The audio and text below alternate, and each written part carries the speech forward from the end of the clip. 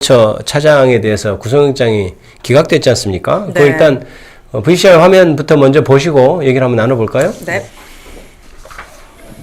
지난해 5월 가수 김호중의 음주 뺑소니 사건.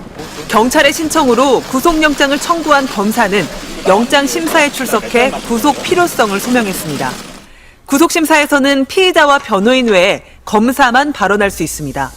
경찰 수사 사건이라도 주목도가 높은 경우 검사가 참여해온 이유입니다. 그런데 김성훈 대통령 경호처 차장의 영장심사에는 단 한 명의 검사도 모습을 드러내지 않았습니다. 구속의 필요성에 대해 소명 내지 주장하는 사람은 없는 반면에 변호인 등이 구속의 불필요성만 주장하는 것이 되죠. 앞서 서울서부지검은 경찰의 영장을 3차례 반려한 뒤 서울고검 영장심의위가 경찰 손을 들어주자 마지못해 구속영장을 청구했습니다.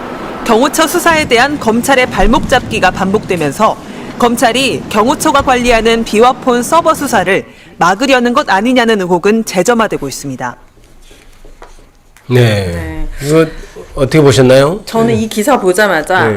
우리 사회의 가장 사회악의 중심에 검찰이 정말 있구나. 근데 검찰총장 출신이 대통령이 되고 네. 그리고 그 이후에 정말 국민들은 납득할 수 없는 불법적인 이유라고 생각하거든요. 석방된 것도. 네. 그런 것들의 연장선이 있었는데 심지어 증거를 없앴잖아요, 이 사람이. 네. 그런 사람까지 구속영장에 사유가 없다? 인멸의 뭐 가능성이 없다? 이런 이유로 심지어 또 반려했더라고요. 네.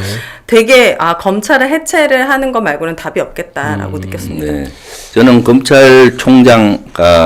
검찰총장도 내란에 아주 깊게 관여가 돼 있다. 네. 사실 김성훈이가 구속돼서 들어가면은 본인의 죄가 노출이 될 확률이 있잖아요. 네. 비아폰을 받았고 또 그 검찰도 일부는 아마 받았을 출동을 거고. 했었고 네. 여러 가지 정황 증거들이 하기 때문에 자기 일신의 보호와 윤석열과 또 한 몸이잖아요. 그러다 보니까 그걸 보호하기 위해서 끝까지 이렇게 하고 있는데 저는 이해가 안 가는 것이 구속영장 심의할 때 왜 검사가 안 따라가죠? 이게 일상적인가요? 우리 김기표 의원님 좀 얘기 좀 해주세요. 저는 그렇게 생각 안 하는데 당연히 가서 구속이 필요하다고 검사는 얘기해야 되잖아요, 판사한테.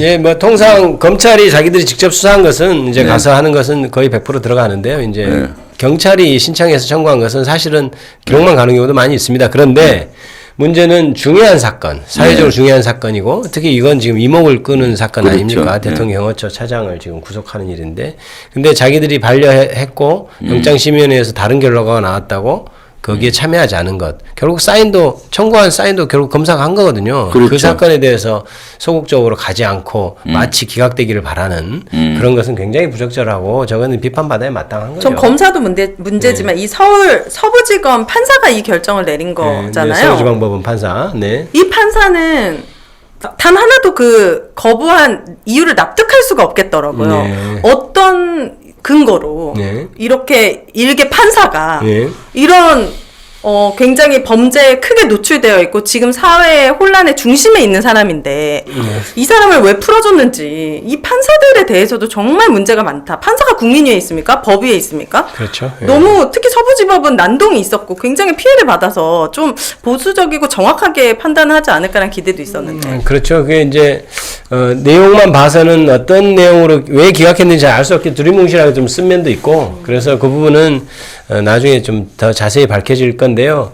어쨌든 검찰이 계속해서 영장을 기각하는 모습은 법원 판사한테는 부담을 확 줄여줄 수가 있죠. 그런 면이 있어요. 그러니까 검찰 영장이 들어오면 판사들은 부담을 느끼거든요. 왜냐하면 굉장히 고생해서 수사를 했는데 이걸 내가 기각하는 게 맞을까 그런 부담을 느끼는데 경찰과 검찰이 이미 그러니까 검찰이 또 그런 부분에서는 잘못한 게 있죠. 그러면 많이 부담을 없애줄 가능성도 있고 여러 가지 저도 그 수사기를 보지 않아서 뭐라고 단언할 수는 없습니다만은 네. 검찰이 그동안 보인 태도는 굉장히 부적절한 게 많다 이런 네. 생각이 들고요. 그동안 검찰공화국이라고 우리가 우려하고 얘기했던 것이 현실화되어 있는 거죠. 윤석열과 그 검찰의 카르텔이 얼마나 견고한지 네. 이런 걸 보면 알고요. 사실 내란도 뿌리를 뽑기 위해서는 우리가 진짜 힘든 과정을 거쳐야 한다. 발전적으로 하려면은 그런 생각이 우리 듭니다. 김병주 최고위원님과 네. 말씀을 나누다 보면 네. 항상 시간이 부족하고 더 많이 듣고 싶은 얘기가 너무 많아요. 그래서 네. 이제 개인적으로 제가 많이 여쭤보는데 오늘은 네. 아쉽지만 시간이 조금 지나서 여기서